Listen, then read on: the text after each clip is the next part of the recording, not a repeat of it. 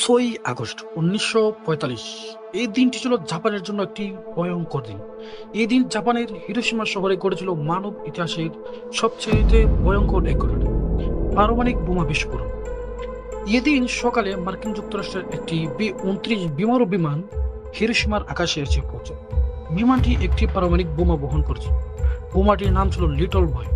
সকাল 8টা 15 মিনিটে সেই বোমাটি ফেলা হয়। মাত্র 43 সেকেন্ডের পর বোমাটি বিস্ফোরিত হয় এবং মুহূর্তের মধ্যেই শহরটি ধ্বংসস্তূপে পরিণত হয়, যার তাপমাত্রা ছিল 30,000 ডিগ্রি সেলসিয়াস পর্যন্ত। বিস্ফোরণের কেন্দ্রস্থলে আশেপাশে থাকা মানুষজন মুহূর্তে পুড়ে ছাই হয়ে গিয়েছিলেন। এক বিশাল অগ্নিকুণ্ড শহর জুড়ে ছড়িয়ে পড়ে। প্রায় 70 থেকে 80 হাজার মানুষ সাথে সাথেই মারা যায়। 1945 সালের শেষ নাগাদ প্রায় 1,40,000 মানুষের মৃত্যু ঘটে।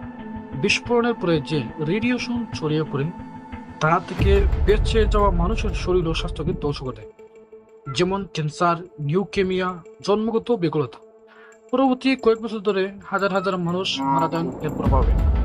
এরপর 15ই আগস্ট জাপান আত্মসমর্পণ করে দ্বিতীয় বিশ্বযুদ্ধের অবসান ঘটে।